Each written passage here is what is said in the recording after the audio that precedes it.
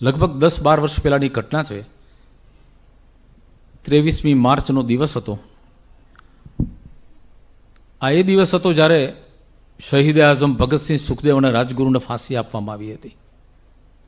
વડોદરાના કેટલાક યુવાનોએ શ્રદ્ધાંજલિનો કાર્યક્રમ યોજ્યો હતો. મને વક્તા તરીકે આમંત્રણ આપ્યું હતું. હું સાંજે લગભગ 6 વાગે વડોદરા પહોંચી ગયો. કાર્યક્રમની શરૂઆત 8 વાગે થવાની હતી. એટલે એ 4-5 મિત્રોએ મને કહ્યું કે સાહેબ, આપણી પાસે અડધો-પોણો કલાકનો ફાજલ સમય છે. તમને વાંધો ન હોય તો અમે તમને એક જગ્યાએ લઈ જઈએ, તમને ગમશે. હું તો એમના આશરે હતો. જ્યાં જઉં છું ત્યાં પછી આયોજકો જ્યાં લઈ જાય ત્યાં મારે જવાનું હોય. અમે 5-6 જણા ગાડીમાં ગયા. વડોદરાના જ શહેરના જ મધ્ય ભાગમાં એક ખુલ્લું ચોરસ મેદાન હતું અને વચ્ચે 5-7 જૂની ખખડધજ ઓરડીઓની હારમાળા હતી. ચારે બાજુ ખુલ્લું મેદાન, પ્રાંગણમાં રેતી. આથમતો સૂરજ હતો. અમે ગયા. મેં તો આ કયું સ્થાન છે? બધી ઓરડીઓ બંધ હતી અને એમના હાલચાલ કહી આપતા હતા કે આ લગભગ 100-1 વર્ષ જૂની હશે.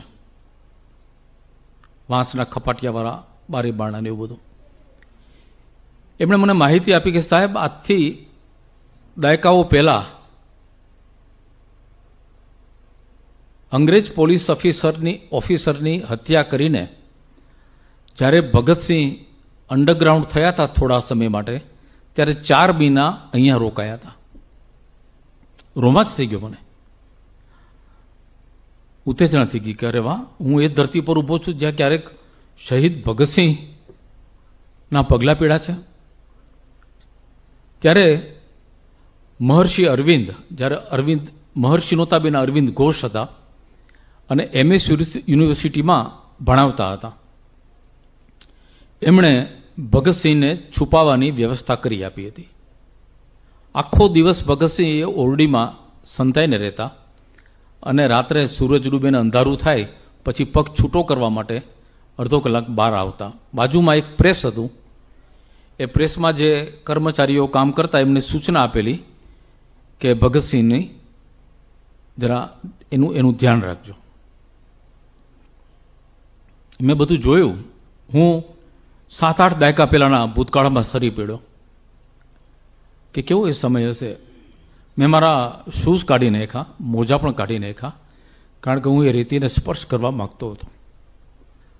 જે રેતીએ ક્યારેક ભગતસિંહના પગનો સ્પર્શ કર્યો છે. અને પછી એક ઘટના બને છે. મુખ્ય ઝાંપો દૂર હતો, આખું મેદાન મોટું હતું. દૂર આવેલા ઝાંપામાંથી 10 યુવાનો અને યુવતીઓનું ટોળું અંદર પ્રવેશ્યું. એમની સાથે એક વૃદ્ધા હતી. વૃદ્ધા એટલે ગુજરાતી સાથડાની જેવી એમની કાયા બેન્ડ થઈ ગયેલી. બંને બાજુથી 2-2 જણાએ એમને પકડી રાખ્યા હતા અને ડગલું માંડતા ધીમી ગતિએ એ લોકો આવી રહ્યા હતા. હું જોઈ રહ્યો કે આ લોકો શું કરે છે, કોણ છે. એ વૃદ્ધ માતાના કપડા ઉપરથી લાગતું હતું કે કાં એ સિંધી હોવા જોઈએ, કાં પંજાબી હોવા જોઈએ, શીખ લોકો, બહેનો જે ઘરમાં કપડાં પહેરતી હોય એવા કપડાં હતા. બરાબર ભગતસિંહ જે ઓરડીમાં છુપાતા એ ઓરડીની સામે આવી 10 ફૂટ દૂર એ લોકો ઊભા રહી ગયા. બધા એક રાઉન્ડ સર્કલમાં ગોઠવાઈ ગયા કુંડાળામાં. પેલી વૃદ્ધ માતા બધાની વચ્ચે ઊભી રહી. મને મને હમણાં પડી જશે. એના પગ ધ્રુજતા હતા, શરીર આખું વળેલું હતું. આથમતા સૂરજના આછા કિરણોની વચ્ચે એ વૃદ્ધ માતાએ ગીત ઉપાડ્યું, મેરા રંગ દે બસંતી ચોલા. ધીમા અવાજે એ વૃદ્ધા ગાય અને યુવાનો અને યુવતીઓ એને ઝીલે રિપીટ કરે. ગીતની પીચ, અવાજની પીચ વધતી ગઈ. જેમ જેમ પીચ વધતી ગઈ તેમ એ વૃદ્ધ માતાનું શરીર થોડું સીધું થતું ગયું. અને જ્યારે એ પંક્તિઓ ગવાય કે ઈસ ચોલે કો પહેન શિવાજી, મર ગયે અપની શાન પે. ત્યારે એ વૃદ્ધાનું શરીર સાવ સાગના સોટા જેવું સીધું થઈ ગયું હતું. અને આજ ઉસી કો પહેન કે નિકલા હમ મસ્તો કા ટોલા, તેરા રંગ દે બસંતી ચોલા. આ જ્યારે ગાયું એણે ત્યારે મેં જોયું કે થોડી મિનિટ્સ પહેલા જે વૃદ્ધાના પગ ધરતી ઉપર ધ્રુજતા હતા એ અત્યારે લગભગ અડધો વેત ઉપર ઉઠતા હતા અને નૃત્ય કરતા હતા. મને ગીતકાર પ્રદીપજીનું ગીત યાદ આવી ગયું કે એ મેરે વતન કે લોગો જરા આંખ में भर लो पानी, जो शहीद हुए उनकी जरा याद करो कुर्बानी. ત્યારે મને સમજાયું કે આ દેશના નેતાઓ કે કેટલાક વિચારકો કે અમુક ચોક્કસ વિચારધારા ધરાવતા ચિંતકો આપણા ક્રાંતિવીરોને, આપણા મહાપુરુષોને ભૂલી ગયા હશે, પણ આ દેશની આમ જનતા આજે પણ ભૂલી નથી. આ રાષ્ટ્રવાદ છે. ગીત પૂરું થયું પછી મેં એક કુંડાળાની વચ્ચે જઈને માતાને પ્રણામ કર્યા અને પૂછ્યું कि आप पहली बार आओ છો?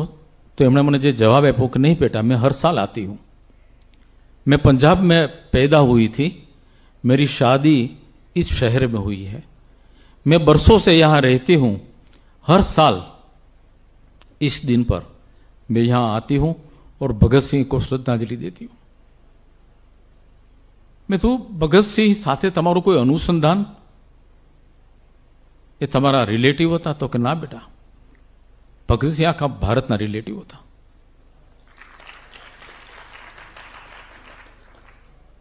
અને પછી એણે જે વાત કરીને ત્યારે મારા ગૂસબમ્સ થઈ ગયા. મને એણે કહ્યું,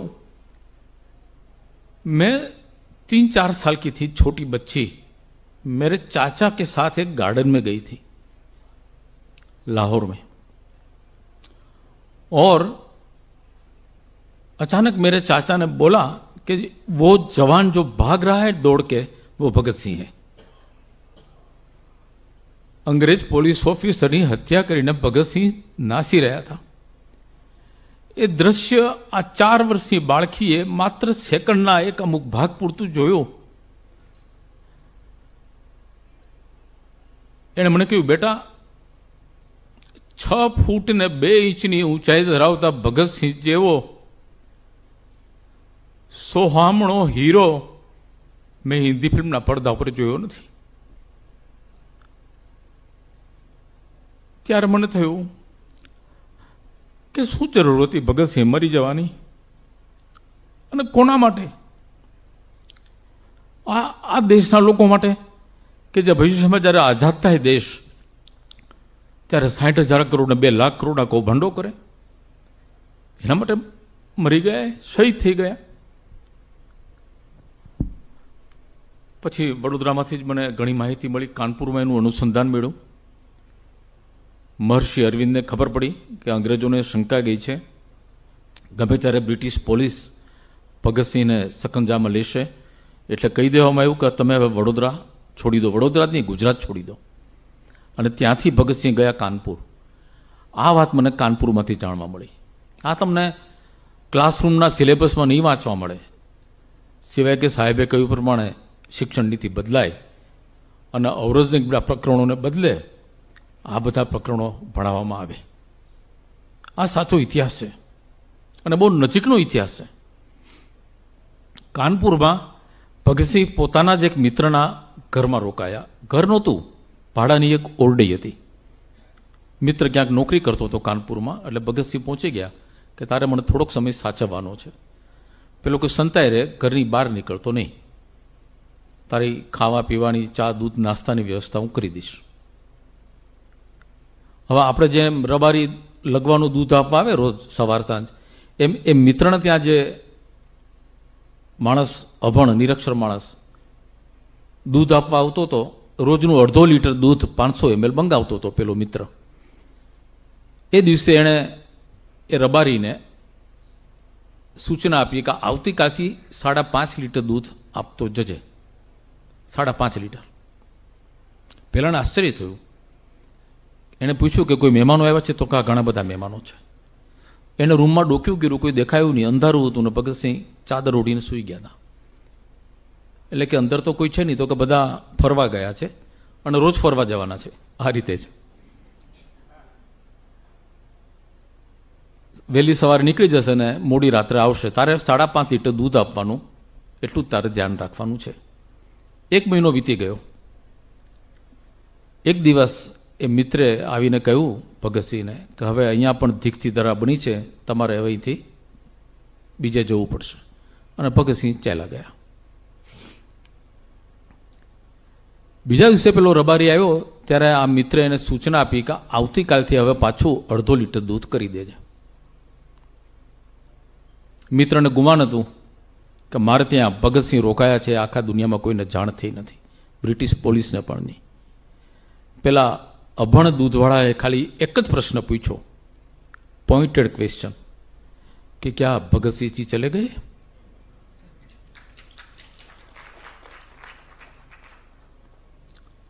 આ સાંભળીને જેમ મને રૂમાડે ઉભા થઈ ગયા હતા ને એવા પેલા મિત્રના થઈ ગયા હશે. એણે પેલાને અંદર ખેંચી લીધો કે તને ખબર છે? ખબર હતી તને? તો કા મને પહેલા દિવસથી ખબર હતી. તો કે કેવી રીતે? तो कि गुलाम हिंदुस्तान में रोज प्रतिदिन 5 लीटर दूध हजम करने वाला दूसरा जवान कौन है?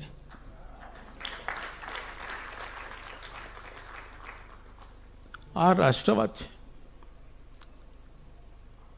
आ कोई जवाहरलाल नेहरू यूनिवर्सिटी में भणेलो कोई ग्रेज्युएट नहोतो.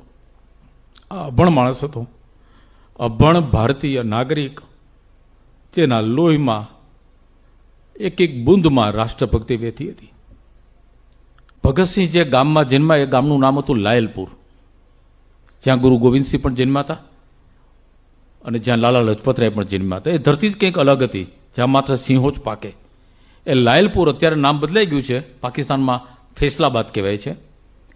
ए लायलपुरमां जन्मेला भगतसिंह लाहोरनी सेंट्रल जेलमां एमने फांसीए चढ़ावी देवामां आव्या. ए सेंट्रल जेल ज्यां हती ए तो मोटुं राष्ट्रीय स्मारक गणावुं जोईए, कारण के अखंड हिंदुस्तान हतुं. भगतसिंह मात्र आजना भारत माटे शहीद नहोता थया, भारत पाकिस्तान बंने माटे शहीद थया हता. एनी ए लोकोए शुं भले करी भगतसिंहना ए स्थाननी. ए सेंट्रल जेल आजादी पछी पाकिस्ताननी सरकारे पड़ावी नाखी. त्यां 4 रस्ता पाड़ी दीधा, त्यां सर्कल बनाव्युं अने चौकनुं नाम आप्युं शादमान चौक. આજે હસન નિસાર જેવા કેટલાક પત્રકારો અને ત્યાંના સાચા ચિંતકો એક એક એસોસિએશન બનાવીને આંદોલન ચલાવી રહ્યા છે વર્ષોથી કે આ ચોકનું નામ શહીદ ભગતસિંહ ચોક હોવું જોઈએ. કોઈ માનતું નથી. અને આ છેલ્લે હમણાં જે 23મી માર્ચ ગઈ ત્યારે પાકિસ્તાની સરકારે જાહેર કર્યું કે ભગતસિંહના નામ સાથે આ જગ્યાનું નામ નહીં જોડવામાં આવે, કારણ કે ભગતસિંહ એ કોઈ શહીદ નહોતા, એ કોઈ ક્રાંતિકારી નહોતા, એ આતંકવાદી હતા. આટલું મોટું અપમાન આ પાકિસ્તાનનો ઇતિહાસ. અને ભારત જે નાલંદા વિદ્યાપીઠને બખ્તિયાર ખિલજીએ સળગાવી નષ્ટ કરી, વિશ્વનું સૌથી સમૃદ્ધ પુસ્તકાલય સળગાવ્યું, જેની રાખ 2 મહિના સુધી ઉડતી રહી. કેટલા ગુરુઓને મારી નાખ્યા, કેટલા વિદ્યાર્થીઓને મારી નાખ્યા, ઇમારત ધ્વસ્ત કરી નાખી. એ બખ્તિયાર ખિલજીના નામ ઉપર આજે બખ્તિયારપુર રેલવે જંકશન છે. ત્યાં કઈ વ્યક્તિને તમે આધાર આપો છો અને ઇતિહાસમાં સ્થાન આપો છો? કદાચ હું માનું છું કે યોગી આદિત્યનાથજીએ અથવા તો નીતિશ કુમારે નામ બદલાયું સાવ તાજેતરમાં. પણ હજી દિલ્હીમાં અકબર રોડ છે, ઔરંગઝેબ રોડ હમણાં જ નામ હટાવાયું. જે ઔરંગઝેબે પોતાના 3 સગા ભાઈઓને આંખો ફોડી કતલેઆમ કરી એને માર્યા. એક ભાઈનું માથું તાસકમાં મૂકીને જેલમાં પડેલા પોતાના પિતાને મોકલ્યું ભેટ તરીકે કે આ તમારો દીકરો. એ ઔરંગઝેબના નામનું રોડ છે. ભારત કયા રોડ ઉપર જવા માગે છે? અબ્દુલ કલામના રોડ ઉપર કે ઔરંગઝેબના માર્ગ ઉપર? અને જ્યારે એ નામ બદલવામાં આવે છે ત્યારે કાગડાઓ ચારે બાજુથી કાંકા કરી ઉઠે છે. આ સમય પાકી નથી ગયો, સમય વહી ગયો છે શિક્ષણ નીતિ બદલવાનો. બહુ મોડું થયું છે, હવે જાગો. અને મને આશા છે કે આ મારા વિચારો મેં બહુ માઇલ્ડ ભાષામાં મૂક્યા છે. જ્યાં દેશભક્તોની સભામાં હું જઉં છું, જે મારું બાંધેલું ઓડિયન્સ હોય છે, ત્યાં મારા શબ્દો આગ બની જતા હોય છે. આજે મેં ગુલાબ જેવી ભાષામાં વાત કરી છે, પણ હું આશા રાખું છું કે શ્રોતાજનો મારી વાતને લઈ જશે, ગાંઠે બાંધીને લઈ જશે અને બનશે એટલા વધારે લોકો સુધી પહોંચાડશે. ખૂબ ખૂબ આભાર.